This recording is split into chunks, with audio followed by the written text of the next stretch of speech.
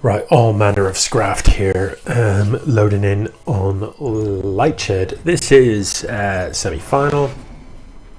It's going to be PvP, I suspect it is. ICRedd here in the bottom right as our red Protoss, and KernelPanic up in the top left. So KernelPanic reasonably fresh from his win against Maticus. And you may recall in that game there was a fair amount of cheese. There was a lot of zealots made and a lot of Volins, and really I want to see KernelPanic branch out from that, because while you can win a few games like that, ultimately I suspect players will quickly sort of get the number of that and figure out how to beat it. So I don't think he will have continued success with that. That's not to say throwing in the odd cheese like that isn't a bad thing. I'm not against that. But if you play it all the time, people will figure it out. Now, a scout from KernelPanic to look for the cheese, but didn't go very deep in here. Pylon here with gateway could definitely be parked there. One of the risky things about scouting for cheese like that is you kind of feel safe once you've had a look, but you might not be. Whereas if you haven't looked, you don't necessarily take for granted that there definitely isn't. KernelPanic appeared to also have a bit of a look around, I think, him also maybe suspecting that there could be cheese coming in the opposite direction. And ICRedd is definitely not averse to throwing in a bit of cheese himself. Now this build order, I'll be honest, I don't really like the Zealot for the side core. I prefer a Scout to be... Oh, and the Zealot's just going to let the probe in. I prefer a Scout to know that you don't need to build the Zealot. It's pretty unusual. I mean, generally you throw down your gateway, and when the gateway finishes, you either build a Nexus or a side core, depending on what you've seen in your opponent's base.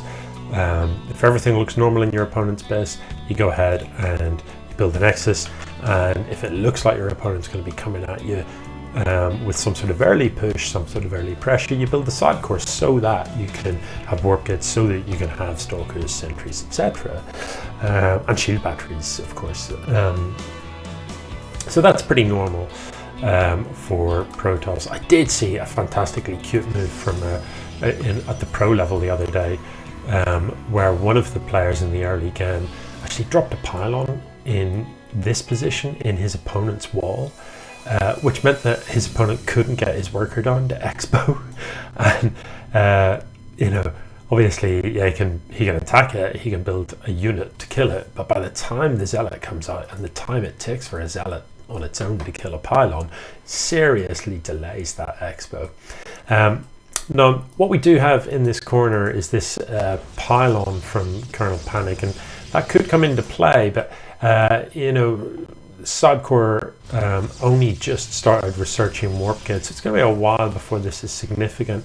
I don't think it's a terrible plan to throw down a shield battery and a robo here and just crank out an immortal as quickly as you can and start getting some hurt on. Because an immortal next to a shield battery, maybe two shield batteries, will take a hell of a beating before it dies. I suspect when this building comes down, there's a reasonable chance he's going to see this.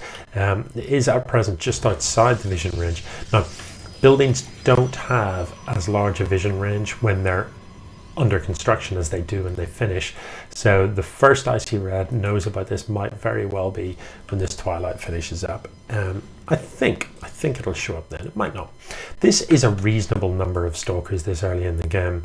4 minutes, 6 stalkers on the map. It looks like ICRedd wants to go and put some hurt on.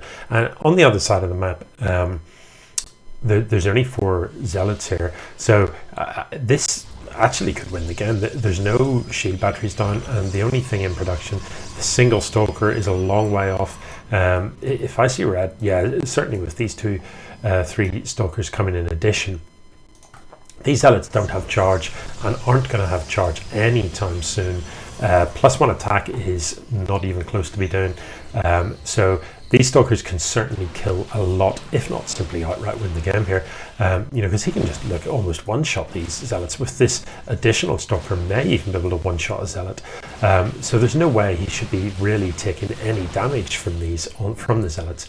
I mean, personally, I'd be inclined to I'd kill what's there rather than worrying about attacking the nexus. You know, kill the units and then you can kill the nexus.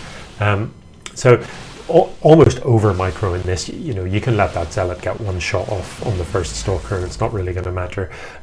So here he comes with this band of stalkers, and with no warp kit done for with that really lit side core. You know, he delayed it. He built the zealot first.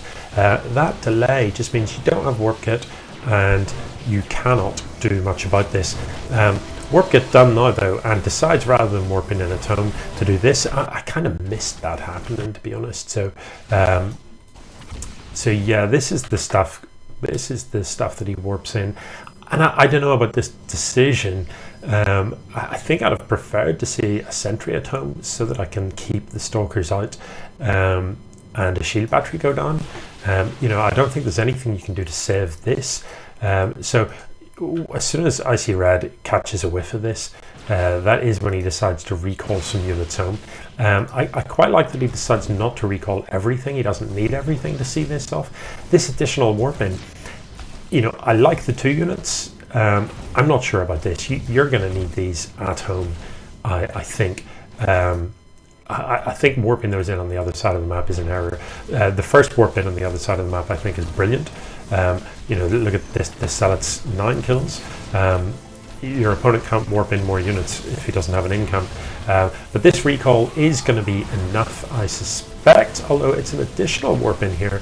I just, you know, this stuff on this side of the map is going to cause you problems before you cause problems over there. I prefer ICRedd to have headed up into the men and prevent mine in there. But you know, he's focused on the nexus. That's a lot of hit points. Quicker to kill the workers. So a photon cannon being dropped, it's never going to finish up, and the harassment on this side of the map is over. And look, no probes in production throughout this. Finally, ICRedd restarts probe production. Now he's got a big stalker advantage here. I think there's +1 done for KernelPanic, but he's shooting the pylon. You know, kill the stalkers. The pylon isn't going to shoot you. If we look at the upgrade tab, yeah, it's +1. So you know, KernelPanic doesn't need to quite match the stalker count. If he dances backward and forward a bit and exchanges shots, he in theory wins that. But you know, shield batteries are what you need rather than cannons. Now you've walled yourself out of your own base. You know, shield battery, and your stalkers with a sentry can hold this ramp all day long, and you're good as gold. So the reinforcements coming for ICRedd, I just don't think, you know, look at the army, it's 2 to 22. I don't think he should have spent money on this. I think that should have been a warp in. You know, ultimately, I liked the idea, but in the end, it was an overcommitment on the other side of the map. I think the initial couple of units disrupting the income and forcing either some units to be warped in at home, which then aren't reinforcing on the other side of the map, or force some units to be recalled. I love that. Continuing to warp in though was just always going to mean that your defense at home was going to be short, as proved the case. All right, still though, good first game, liked it, GG.